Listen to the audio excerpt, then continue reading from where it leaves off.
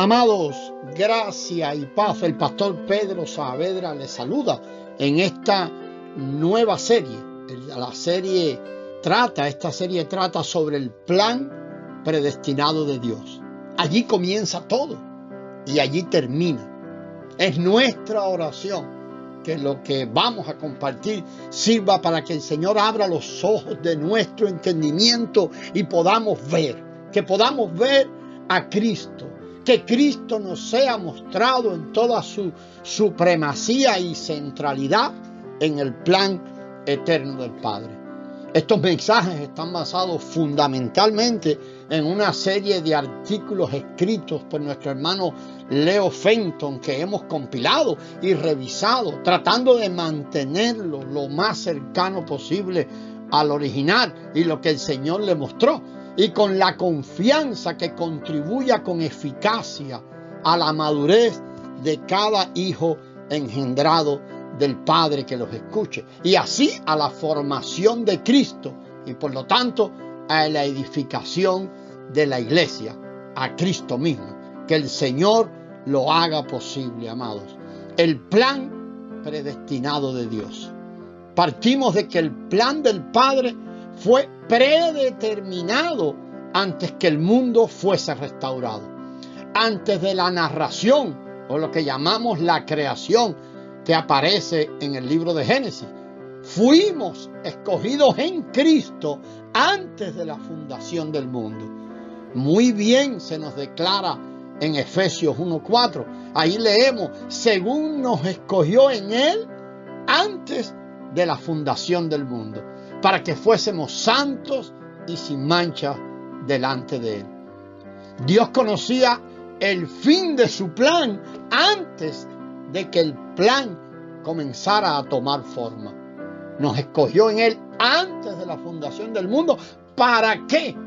Por tanto, hemos sido predestinados para ese fin, que fuésemos santos y sin manchas delante de Él. Es decir, tomados con un destino previo o previamente establecido. Entonces, sin duda alguna, es obvio que todos aquellos que son llamados no se esforzarán por adentrarse en lo que muchos consideran una rectificación necesaria para cumplir su parte en el propósito de Dios.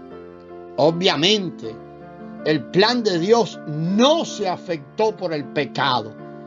El plan de Dios no se afectó por el tiempo. El plan de Dios no se afectó por las situaciones o por cualquier otra cosa que el hombre haya hecho o haga. El fin para su plan ya fue determinado antes que el mundo existiera. Un ejemplo podría ser cuando se decide el plan para construir una casa o un automóvil. El plan se determina antes de que comience el proceso en la fábrica. De la misma forma, Dios creó a Adán con un objetivo terminado en mente. Adán sería creado del polvo de la tierra y sería dotado de vida natural. Esto es muy importante. Le serían dados a Adán un alma y un espíritu que tendrían la simiente de la imagen y semejanza de Dios. Luego, Dios le dio a Adán las facilidades necesarias para hacer una serie de elecciones morales y desarrollarse como un hijo biológico de Dios. Es muy importante destacar que Adán fue un hijo creado, pero con una vida natural, corruptible. Por medio de una serie de elecciones, Adán debería desarrollar el carácter de Dios con su visión, su espíritu, sus actitudes y su naturaleza en total armonía con Dios. Él debería desarrollarse en total armonía con Dios por medio de esa serie de decisiones que tendría que enfrentar.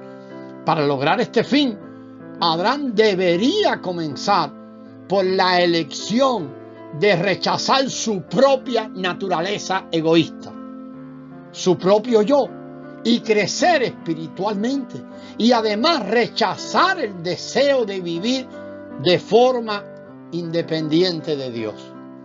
Él podía escoger por medio de una elección moral el árbol de la vida y ser entonces, a partir de ahí, totalmente dependiente de Dios para su vida. Al adentrarse ahora entonces, al comer de ese árbol, él podría adentrarse en una relación de vida con Dios.